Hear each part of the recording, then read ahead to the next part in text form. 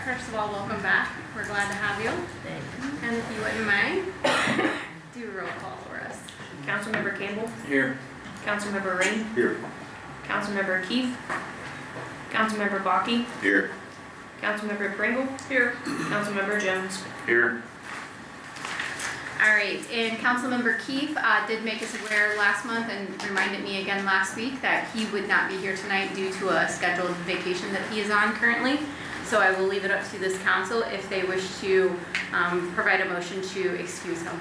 I'll make a motion to excuse. Second. Councilmember Campbell has properly made the motion with Councilmember Ring seconding the motion. Tara, roll call. Councilmember Bakke, Yes. Councilmember Pringle, Yes. Councilmember Jones, Yes. Councilmember Campbell, Yes. Councilmember Ring. Yes. All right, motion passes. Thank you, guys. All right, we have a packed house tonight, so we're gonna move into public comment here shortly, but before we do that, we do need to swear in our newest members to council or newly re-elected members to council.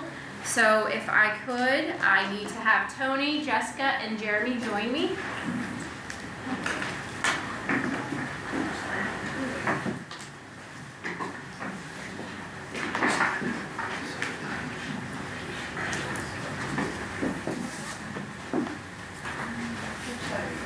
How are you? I'm alright. How are you? Good. Come back. Travis wants you diagonal. He has a plan, right? Or like this. It'll get you better on the stream. He wants to make sure everybody sees you. All right, raise your right hand and repeat after me. I state your name, I, Jeremy Jones, solemnly swear solemnly swear that I will support that I will support the Constitution of the United States, the Constitution of the United States, the Constitution of the State of Ohio, the Constitution of the State of Ohio, the Charter and ordinances the Charter and ordinances of the Village of Georgetown, of the Village of Georgetown, and will obey the laws thereof, and will obey the laws thereof, and will faithfully, and will faithfully, honestly, and impartially honestly, and impartially discharge the duties discharge the duties of a member of of a member of the Georgetown Village Council, the Georgetown Village Council, upon which I am about to enter. upon which I'm about to enter. Congratulations, guys. Thank you. Thank you. Sarah, you get a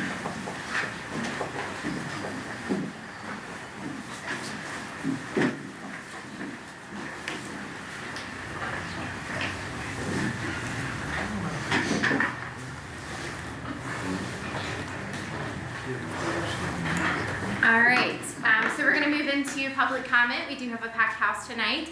Anyone that chooses to address the council members up here, just remember that we do a 5-minute limit for each person to speak. Tara will hold the timer for us. We will try to provide you with a 30-second window when it's getting close. And then at the 5-minute mark, unfortunately, to be fair to all, we do have to cut you off. So, that being said, I'm gonna start in the back corner over here with this gentleman, if you would like to address council. Oh, okay. Evening. And if you would, I apologize, I missed this point. Just state your name for the people at home viewing. My name is Andrew Kirk, the business manager of IBEW 1347. Good evening, Mayor and members of council. Thank you for the opportunity to speak tonight. This vote is coming up, it's more than just about a union. It's whether the people who keep Georgetown Power safe and running every day are respected and given a voice. A yes vote sends a clear message that this council values its workers, believes in fairness, and stands with the residents who depend on these services. It shows that you care about safe working conditions, transparency, and keeping skilled jobs right here in the community. A no vote, on the other hand, sends a very different message, that the voices of the workers and the people they serve are not a priority. These employees are not asking anything extreme. They're asking for recognition, respect, and a seat at the table. Volunteer recognition is cooperative. It's local. It keeps decisions here in Georgetown, not tied up in conflict or outside processes. We respectfully urge the council tonight to vote yes, stand with the workers, and show the villagers of Georgetown that you care about the people who serve the community every day. Thank you. Thank you. And we appreciate you coming to the meeting, as we understand that our electric department wishes to be a part of the union. And we know that you guys were here last meeting as well with us. So as this council knows, this is something that we would take on a voluntary action, meaning if this council so chose to accept them inside of the union. So again, we appreciate your comments, and if this council does decide to do something, that will transact in a meeting, this meeting or a future meeting. Thank you. Ma'am? No? Gentlemen? No? Getting a bunch of no's. Good evening. My name's Kyle Utter, resident of Georgetown. I'm just here to support the Georgetown electrical utility workers, and a no vote will be recognized and will be reflected in the way people vote. Sir? No? Sorry, I don't know names. I apologize. No, I don't. No. Gentleman right here in the front? Nope. Right Me? you. I'll make a quick comment. Don't My name's use- Kyle McMahon, one of the executive board members of Local Union 1347. Just like to say that the union labor, being a part of the IBW, has gave me the opportunity to provide and raise, my kids are grown, but gave me the opportunity to raise my family, in a respected way. The kids always had what they wanted, they had whatever they needed, and it's just, I firmly believe, in union labor, and that's all I'd like to say. Thank you. Thank you. Sir? No? No? Matt Dugan. I belong to the IBW 1347 too. It's not bad. The guys need a voice. They need somebody to help, because whenever everybody else is at home sleeping, we'll be the guys coming and keeping your power on. And that's it. Thank you. Say a few things. As you all know, I'm Jerry Cooper. I'm the electric superintendent here. I just wanted to speak on these guys' behalves. It'd be awesome if you guys would recognize us as part of the local union 1347. Not only just like I spoke to the administrator, the the village solicitor, and the mayor. This is not a confrontational. They just came in support. And I do really appreciate you guys coming out. Thank you so much. And I also wanted to state that we're not looking to bankrupt the village or try to make a bunch of money off the village. We just want to be recognized as a local union, be part of a brotherhood. I'm actually a union member out of Local 71 out of Columbus, so I can attest that it's a really cool, really good group of men that I'm part of up there as well. And also, the union last year bring really good things to the village too. Like they support local events, charities, and so on and so forth. So, not so much just trying to sell it that way, but that's part of it. That's a benefit to the village as well. It's not necessarily a conflict. Okay, so just wanted to put that out there. Thank you. Thank you. Good. Good. David? I'm waiting for Januaruy. Jason? That's what I said. I think he was coming physically. My tonight? understanding that he was coming, Yeah, so maybe he's just running late. Maybe Travis can send him a message. Mayor, All right. could I be recognized? Can I change my mind? Absolutely. We have yeah. Thank you very much. Just state your name and remember you have 5 minutes. Yep, my name's Carl Vineyard. I'm just a retired steel worker, but I was a staff rep for the Steel Workers Union. And I would just like to convey to council here that I can see they're not really up in an uproar, they're not looking for a fight. And I don't want there to be this fear of unions as a negative, thing. There's a contract between the workers and the management of the administration. That's all it is. It gives us a guideline of how we're going to treat each other, and we all have to live by it. It's nothing you have to fear. It's a matter of sitting down and negotiating, but then at that point, we have a deal, right? And what your workers where I come from, what they owe you is a fair day's work for that fair day's wage, and they know it. And, you know, it's incumbent on the union to also enforce those things in certain standards. And I know that, you know, I've got friends that I call brothers and sisters that are with the IBEW. And like, they're good people. They do bring a lot to the community, and they can really be a positive force here for this community. And like, to just do the voluntary recognition, and we're aware you don't have to do that. But, you know, the employees also, they can run a campaign and all this, and there's really no need for that. Like, this could be a very beneficial thing for both parties. So I just want to make sure, please don't look at it as a negative thing. It's not. It can be a very positive thing for both parties. Thank you for recognizing that. Thank you for joining us this evening. All right, did I miss anyone that wants to address this council and hasn't done so yet? All right, we have a couple walking in the door if they so choose. Anybody? Yeah, we have about 15 more people coming, about 20 minutes out, but we can move on. Okay, So. all right, well, thank you. All right, so on the agenda, as you will see, we have a presentation from Jason Hammond. I believe he might be running late tonight, so we're gonna push that down and come back to it at a later point. We will continue on with our general business tonight, so item 6A. Let's see, that is actually Sean, Chief Enlow, it looks like, yes, that's the UTV policies that we were discussing, so. Yeah, just take one and pass down. So I'm just gonna read off this, what I put together. Basically in Ohio, you know, we got our UTV done, the fire department has a UTV. Many community members have UTVs, golf carts, things like that. You can get a registered UTV from the BMV through a state inspection. Same with golf carts, they can get license plates, but the municipality has to give permission through council through a vote or an ordinance.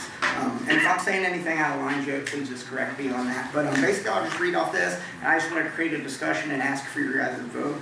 The purpose of this discussion is to ask the council to allow golf carts, utility vehicles, underspeed vehicles, and similar low-speed vehicles to operate on village streets. Under Ohio law, if the village operates the operation of underspeed vehicles, utility vehicles, or mini trucks, the village must follow requirements set forth in 4511-1215. Those requirements include limiting operation to streets with speed limits under 35 miles per hour, requiring law enforcement inspection that complies with the Ohio Department of Public Safety standards, requiring the vehicles to be titled and registered with the Ohio BMV, notifying the Director of Public Safety. As a result, these vehicles would be required to meet all state inspection requirements, which we would do. A local authority may establish additional requirements for the operation of underspeed utility vehicles or mini trucks on its highways. For the examples would be insurance, a yearly inspection, or operator license requirements, which I would recommend as part of that. In addition, council may choose to limit authorization based on who's permitted to operate these vehicles, which would be what you guys would determine. One option would be we could restrict the use solely to law enforcement, public safety, and village services for official duties. The second option would be allow operation to the public, subject to registration, inspection, and safety requirements. The rest in that packet is just shows you the definitions, and then I attached an inspection sheet that's on the back. It would be my wish, and I spoke to the fire chief about this as well. We're both in agreement that we don't want to pigeonhole to where we are only the ones allowed to do this. I think this would be a cool benefit for us and the village to involve everybody as a whole, being that we're a rural community. Being able to have people to, if they have a legally licensed and inspected golf cart, they can drive the Tractor Supply and pick up feed, or they can use their UTV, however they need it, but they would have to qualify under these stipulations that we put out there. So that's what I'm asking, is you to discuss that and review it, but I would ask that you would allow the village as a whole under an inspection that we do, and by the BMV with those additional regulations. So to summarize to Sean, to Chief Enlow's perspective here, essentially our fire department and our police department both have UTVs in their possession to use for the safety of the public. When we were looking at that, obviously we have to come to council and pass resolution for them to be able to operate on the streets, but Chief Enlow brought up a great point. You know, we have people that do have these vehicles and in some capacity they're already operating on the street, should this only be for police and fire, or should we use this opportunity to open it up for the residents too as well? So essentially, that is what Chief and Lowe and I know Chief Rocky as well, they've had some discussion on this, so they're asking for possibly your support to open it up to all residents plus police and fire, or if that's not what you want it to do, then it would just be for police and fire. That's correct. Yeah, I think it'll have a cool opportunity. I know like in Milford, they actually have golf cart parades and things like that in their village, so I think it would be cool. So your example though, isn't there a requirement that you can't drive on a state highway? Yeah, this would only be on village roads. So you couldn't 35 and go- under. You can cross the state highway. But you couldn't go down State Street, right? Right, so you can actually get them legally tagged and licensed, and I even was under the impression of this. But each municipality has to pass that allowance. So you can get it registered with the BMV, inspect it, have a state of Ohio license plate on it, but you can't take it to Mount Auburn and drive it unless they've passed that ordinance or resolution. Questions, thoughts? Yeah, I have a question. So if 125, since it's in our village, we can allow them to drive on that, right? Even though it's technically 35 and under. right. But they couldn't go out on. My understanding was it was even in the village, you can only go directly across it, perpendicular to Yeah. the road. You can't drive on a state highway. Right. That was my understanding as well. We can look at that, but Well, you so- can cross those. But for instance, we have this in Loveland where State Route 48 goes through it. You can cross that road kind of this way, Yeah. but what you can't do is travel down it. Okay, that might be for the public part. I know there's a law enforcement exemption for emergency use, and maybe Right. that's might be what. That would be for the public. So I've made several street legal over the years. Ripley has it in place already. I think it's a pretty good thing. I mean, like you say, there's people that's driving lawnmowers down the street, you know, it's just, I don't see anything wrong with it myself, so I think it's a pretty good idea. I live on Sunset Boulevard. Could I drive from Sunset Boulevard to IGA? Yeah, I think that would, again, be a question for him. You can, the way the law is worded, you can access those state roads to connect to another road. Right, yeah. But you have to use the next available road. So we'd have to look at that. It's really gonna come down to enforcement. I guess what I would tell you is you can't exclusively use the state road, but if you're leaving a village road to connect to it, I think there's an argument you can do that. So, it really will be an enforcement issue for the police, and, you know, we'll make sure they're informed about it. So. But we will wanna make sure we educate appropriately, because state patrol could pull somebody over if we were just looking the other way. Would they have to be licensed drivers to Yeah. drive a? That's what I would recommend. That would be the part that, it doesn't recommend that in the section, but that would be the additional requirements, because you can make it more stringent. You just can't reverse what the DMV is doing. Yeah, they have to be a minimum of 60. Yeah, Okay. you could even make it limited to daylight hours if you wanted to. I mean, I wouldn't do that, but yes, I would require insurance, vehicle inspection, and an operator's license, just like a normal car. Well, I know I've been a member of some campgrounds, and there were 12-year-olds riding That's right. golf carts around at midnight.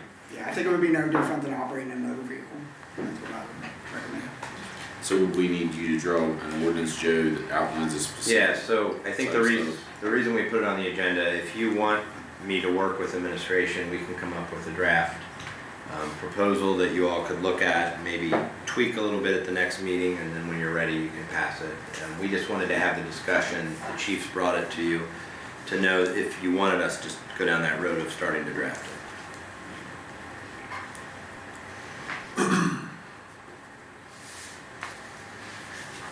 Is it, do we feel this is something we wanna look at further and allow them the opportunity to explore some draft resolution? Yeah, I would like to see you bring up something, and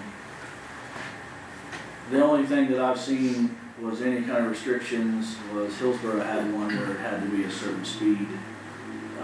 couldn't be slower than a certain speed, that way it kinda limited, you had to go, at one time it was anything over, I think it was 20 mile an hour or something like that, so you weren't really impeding much traffic. That makes sense. But yeah, I'd like to see you work on something and bring that up. And what we'll plan to do is we'll work on something, we'll work with Chief Enlow and Chief Rocky, we'll circulate that amongst us and then have it at your next meeting for you to at least consider and then make any changes and then we can put it on for a vote. Does that work? Any other questions before we move on? Comments? All right, item B under 6 is a resolution on page 2. Councilmember Campbell, if you could read that by title. Sure. Resolution authorizing the village administrator to enter into a memorandum of understanding with the Brown County Board of Commissioners for commercial inspection services. Thank you. And Travis, I know we've had some changes at the county level, and this is something that we need to address, correct? Correct. We've kind of been waiting to see what Brown County was gonna do to replace current situation, which had been Claremont County doing commercial inspections. This will replace that. It's good to see that they've come up with a solution that will allow the municipalities in the county to join in that without a cost to the villages. The cost of the program will be covered in the building permit fees, so that's good. I think it's a good option. That way they can, whether they live in the village or out of the village, everybody will be going to the same location to get their commercial permits. Fantastic. Questions, comments? If not, I would entertain a motion if we so want to move forward. Make a motion to approve. Councilmember Bakke has made the motion. Is there a second? I'll second. Second provided by Councilmember Jones. Tara, roll call. Councilmember Campbell, Yes. Councilmember Ring, Yes. Councilmember Bakke, Yes. Councilmember Pringle. Yes. Councilmember Jones. Yes. All right, motion passes, and that is resolution number 1427.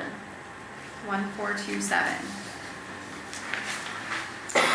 All right, and it's that time of year. It looks like we're looking at some fire contracts as well, fire and EMS. So on page 6, there is another resolution. Councilmember Campbell, if you could read that by title. A resolution authorizing the village administrator to enter into agreement with Eastern Joint Fire and EMS District for the provision of fire and EMS services. Chief Rocky, can you provide us just a little insight here?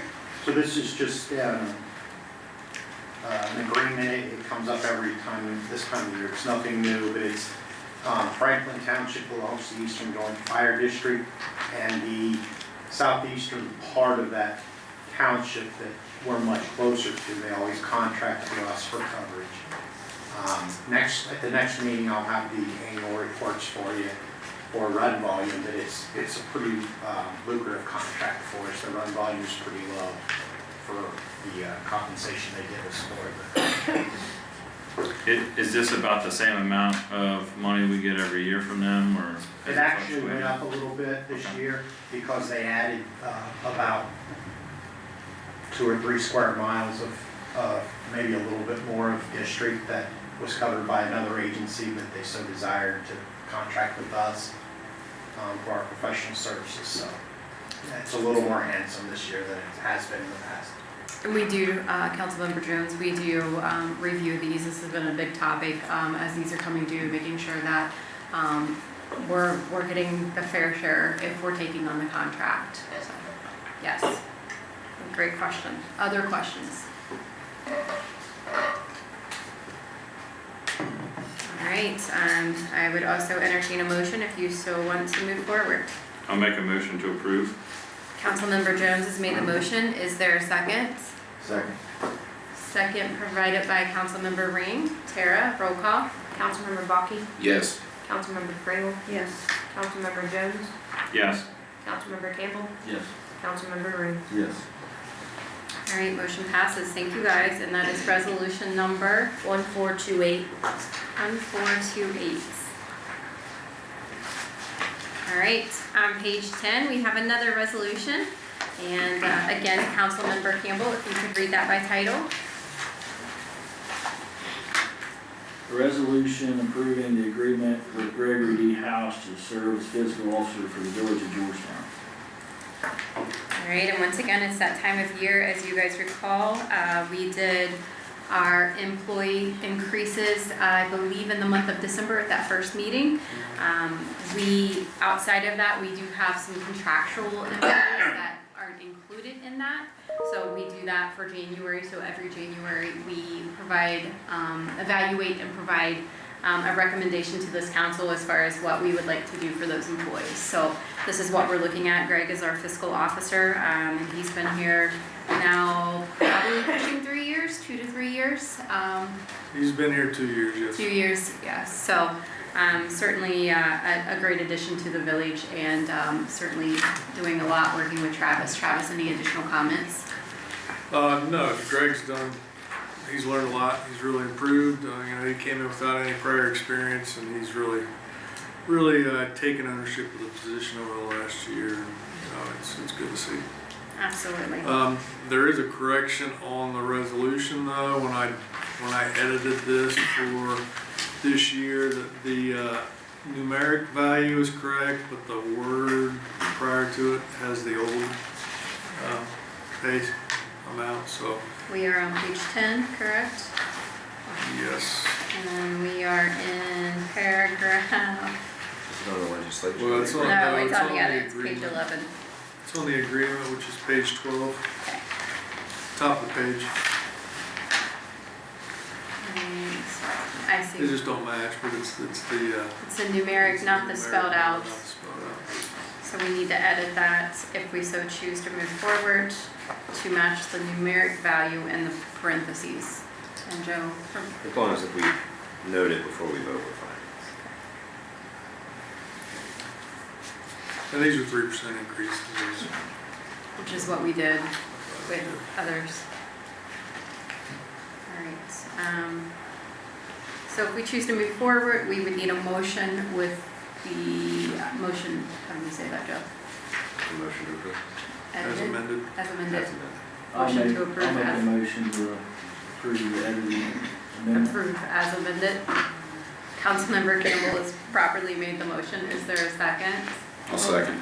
Second by Councilmember Baki. Tara, roll call. Councilmember Pringle? Yes. Councilmember Jones? Yes. Councilmember Campbell? Yes. Councilmember Ring? Yes. Councilmember Baki? Yes. All right, motion passes, and that is resolution number 1429.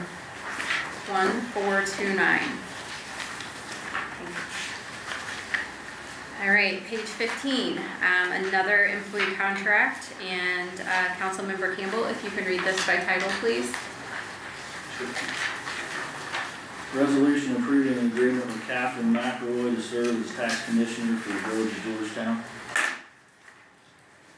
All right, thank you. And again, Catherine is another contractual employee, and we are providing a 3% increase to her too as well. I'll make a motion to approve. Councilmember Jones has properly made the motion. Is there a second? I'll second. Second provided by Councilmember Baki. Tara, roll call. Councilmember Campbell? Yes. Councilmember Ring? Yes. Councilmember Baki? Yes. Councilmember Pringle? Yes. Councilmember Jones? Yes. All right, motion passes, and that is resolution number 1430. 1430. All right, you will see on your agenda, continuing on with the general business, we do have an executive session lined up for this evening. So if you so choose to go into there, the language is provided. I'll make a motion to enter into executive session pursuant to Ohio Revised Code 121.22G1 to consider the compensation and terms and conditions of employment of a public employee. Councilmember Baki has made the motion to go into executive session. Is there a second? I'll second. Second provided by Councilmember Campbell. Tara, roll call. Councilmember Ring? Yes. Councilmember Baki? Yes. Councilmember Pringle? Yes. Councilmember Jones, Yes. Councilmember Campbell. Yes. All right, motion passes. All right, so what this means, we will be moving next door. You guys are welcome to stay and hang out. Disperse however you want to do it. We do have a couple items lined up, I do believe, for executive session. We may be good in there a good 30 minutes, if not longer, so. That's it, and we're on next door, guys. Are we-